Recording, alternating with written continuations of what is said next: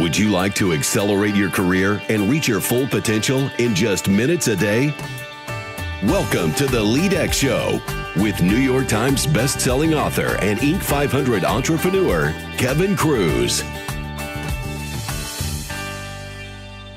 What if you could be as creative as all those Silicon Valley innovators? Hey everyone, Kevin Kruse here. Welcome to the LEADx Show. Always the smartest way to start your day. I hope you'll remember that I'm on a mission to spark 100 million leaders in 10 years, which is why you and your colleagues can get free video training at leadx.org. There's courses on leadership, management, productivity, even personal branding, and we have a free course every single day, leadx.org. Today, I talked to a Stanford professor who teaches an innovation system to Silicon Valley executives. She shares the career advice she gives her students, which is probably the best I've ever heard from one of our guests. And we talk about the innovation cycle, her 4-step system that you can use to unleash your creativity. And she shares a challenge of the day, which is to just go out into the world and to observe. Notice what things can be better, what things are broken, and it aligns with her very first step, which is to engage with the world and envision. Today's quote of the day is, "Life is what happens to you while you're busy making other plans." I think for so many people I know, John Lennon, he's the one who said that original statement, could say, life is what happens to you when you're surfing on Facebook or cleaning up the house or all these other little things we do to procrastinate. But let's get to the program.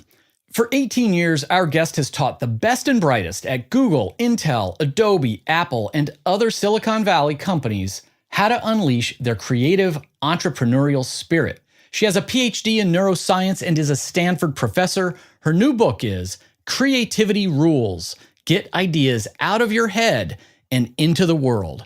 Our guest is Dr. Tina Seelig. Tina, welcome to the show. It's my pleasure. Thank you so much. Now, Tina, I have a sort of a ritual for this show. All the guests get the same first question, which is, because I believe failures are almost always stepping stones. We don't know where they lead at the time, of course. I'm wondering if you'll tell us a story about one of your best failures and what you learned from it. I love that you're starting right there. I am a huge fan of failure, and I get to practice it every day. In fact, I have my students write failure resumes. Oh, wow. Yeah, I am a huge believer that failure is data and that every day we're doing all these experiments in our life. And if you don't mine the data from the disappointments as well as the successes, you're really missing a huge opportunity. So I keep my own failure resume. Sometimes it's not written down, but I definitely at the end of every day, I look back and say, what did I learn? And so what are my biggest failures? Oftentimes my failures are those things I haven't done, missed opportunities, like not listening to my gut or not paying attention to something or making assumptions that aren't correct. I think one of my most profound failures is when I started my first company, I had a failure vision. And the vision I had was way too small. And so I basically said, well, I want to demonstrate that I can build this company and sell it in 2 years. So you can imagine when I got to the end of 2 years, in my mind, well, I had accomplished what I thought I could. Right. And so when an opportunity came around to sell the company, I did so. Now, the potential for the business was enormous as demonstrated by other companies that came in afterwards and basically did incredible things in this market. But I realized at that point that if I had had a bigger vision, I would have actually worked through the problems that were in front of me as opposed to saying, okay, this is time to get out. Yeah, well, you actually make me feel a little bit better to know that I'm in good company, because I also consider some of my biggest failures sort of having my goals set too small. And similarly, when I was in my 20s, one of my early companies, I set a goal, hit it, sold it in 5 years. And looking back, it's like, if I had just held out another 5 years, it would have been, a multiple higher than it was. Yeah, exactly. But I look back and say, okay, now I get to teach that lesson to my students, and it's fascinating to see the different levels of visions people set for themselves. And it's an amazing thing for us to question that and to think about what stage we want to play out our life, Right. and that we have some control over that. Yeah. And in the spirit of the advice you give to students, and, some of your students are just starting their career, but I also know you've, taught many Silicon Valley leaders. I mean, what advice, what's a key piece of advice you would give to a young professional who wants to stand out and really, thrive in her career? Yeah. So one of my favorite pieces of advice is that when you get a job, you do not get that job. You're getting the keys to the building. And if you just do the job that you've been hired for, you've basically let everybody know that that's a job you want to keep. But if you start looking around and seeing all the other opportunities in the organization, that's when you're going to really shine. Most people don't even see that there are white spaces. There are opportunities every single place. And if you're the one who can go in and start seeing them and start tackling them, then you start being recognized as a star, and incredible doors open up to you. Tina, I'm not just saying this. I've now done about 200 episodes of the LEADx podcast, and that might be the single best piece of advice I've heard thus far. Well, I've learned it in my own life. I see it with my students and young alumni, is those people who are really paying attention to what's going on. I could give dozens of examples, both from my own life. Listen, I came into my job at Stanford as a very junior position. I looked at the job and I thought, wow, this is kind of an interesting opportunity, entrepreneurship, innovation, leadership. And I took the job. It was a super junior position. Why? Because it's like find a tsunami and stand in front of it. And so I got in the door and I just kept volunteering for everything. Volunteering. And you know what? I set my sight. At this point, I didn't set a low sight for myself. I set a vision that how can I go from being a staff member, actually a really junior staff member, to becoming a professor. And you know what?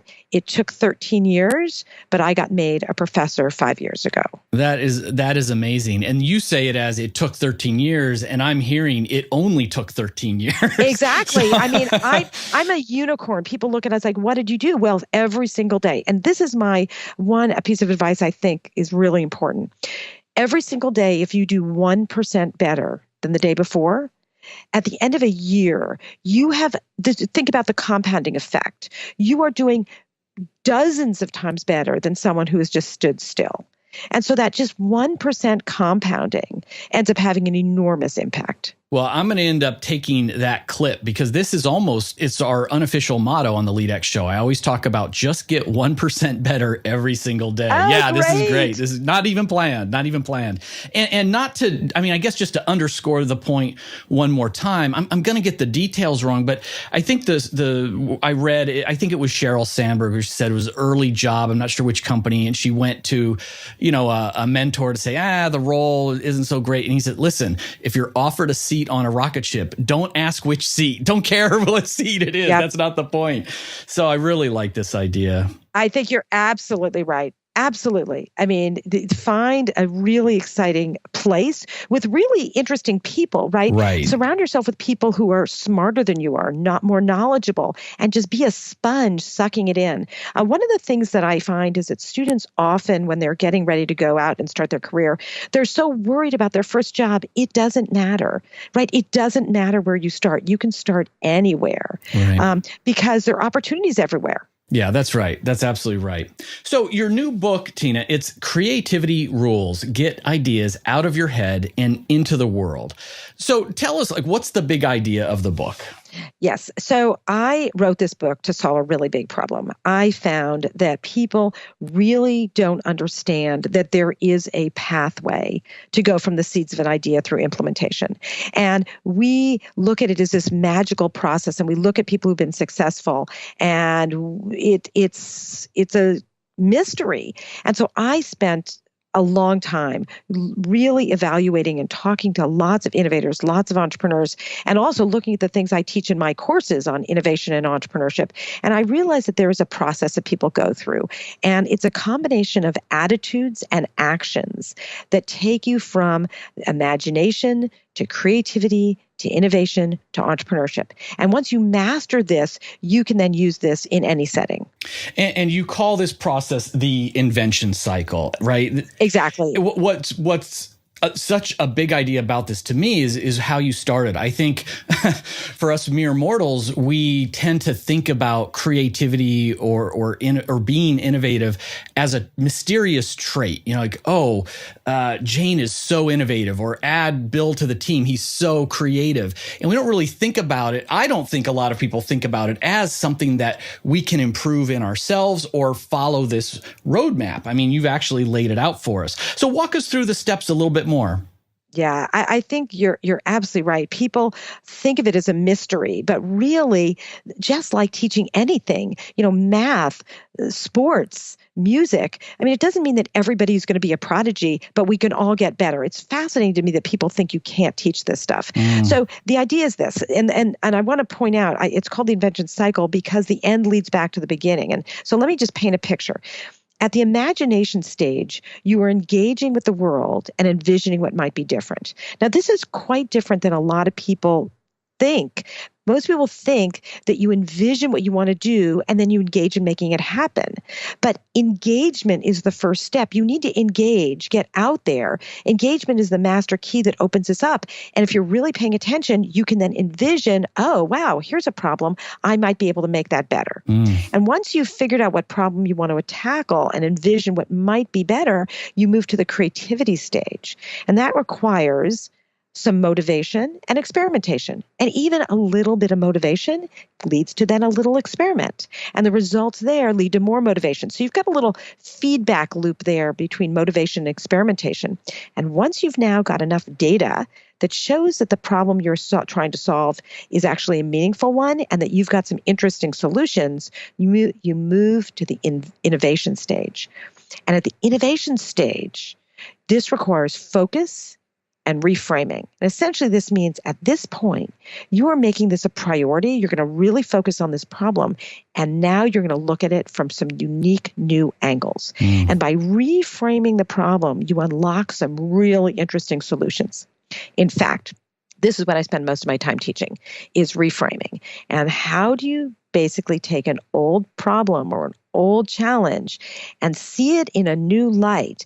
And you have to question the questions you're asking in order to come up with some real innovations. And once you've come up with those innovations, you move to the entrepreneurship stage. And there you need grit, essentially persistence, and inspiring other people. And you need to inspire other people to join your team, to invest in you, to buy your product. And this ends up stimulating their imagination. And it goes back to the beginning. And once you stimulate other people's imagination, they then end up getting triggered to have more creativity, more innovation, and more entrepreneurship. Wow, I know that was fast. No. That was fast. Was that okay? This is great. And it's a challenge for all of our guests since the LEADx show is a short format show. I'm like, okay, you just spent years of your life working on this book. Summarize it, in 2 minutes. I think that is a great summary. And what I really liked about your book also is that at the end of every chapter, you offer some projects, like things to actually do so we can apply this and play with it. And, in the spirit of getting better, 1% better every single day, I'm always telling our listeners, I give them a daily challenge. So what would be a good challenge that we could do? Maybe one of these projects from your book or something similar that we could actually tackle, in the next day. Sure. I mean, I'll give you something easy from the beginning. And you're right. The reason I decided to put exercises at the end of each chapter is that you can read it and find it entertaining and interesting, and the examples and stories are provocative and they give you some insights. But unless you do it yourself, it doesn't become yours. So one of the simple exercises in the first chapter is to literally sit down somewhere, a cafe, your own kitchen, walk around a grocery store, whatever it is, and just spend an hour, just an hour or a whole hour paying attention and writing down all the things that you see and notice that you never noticed before, and all the problems and the opportunities, essentially a bug list. And start getting used to keeping a bug list of the things that are problems, because those are always opportunities, right? The bigger the problem, the bigger the opportunity. This is great. And it's a great reminder for myself, because I think that part of why I'm not more creative is that I'm inside my head too often and not present in my environment and not mindful. I'm thinking about my to-do list or something else, and I'm not aware of what's going on around me and taking all that in. So I think that's a great challenge that I will accept. So LEADx listeners, creativity, innovation, clearly it's critical, whether you're a solo consultant, a startup entrepreneur, or a big company entrepreneur. So I think we've got two choices. We can all apply and get into Stanford and go take Professor Seelig's class, or Tina, we can get your book and get this wisdom. So tell us, how can we find out more about you, your work, and of course, your new book? Oh, you're very kind to ask. Well, I have a sort of nice online presence. People can find out some more about me. I've got a website, tinaseelig.com. I also have a blog on Medium, which is, I think you can find me if you search for Tina Seelig. And you can follow me on Twitter at tseelig. And I'd love to hear from people. I always respond to every email I get, and I'm always so happy to be helpful if someone has an issue. That's very generous of you, and we'll put all of those links in the show notes. And of course, your book is available on Amazon.com, all great bookstores, and all of that. Tina, thank you so much for coming on to the LEADx Show. It's been my pleasure. Thank you so much. Friends, before we go, remember, at LEADx, we're on a mission to give free leadership training and professional development to everyone, anywhere, at any time. Visit leadx.org to check out our free course of the day and our weekly live webinars. And if you're the kind of person who always says thank you, please take 1 minute to go leave a quick rating for the LEADx Show on iTunes, because we're at 246 reviews and I need to get to 300. We get about 2 ratings a week right now, which is less than 1 per show. My heart is breaking. But big thanks to the new reviews that did come in last month from people like M. Shahi, Annette Sky, ZinTim69, Mike 071966, Stacy H331, Kaplan in Carolina, of course, Princess Rose Love, Megahe01, and Living with Intention. Thanks, guys, for taking that 1 minute, going on to iTunes, clicking some stars, and that subscribe button. Remember, until next time, leadership isn't a choice. Leadership is influence, and we influence all of the time, at work, at home, and in our communities. Today, lead mindfully. Lead with intent.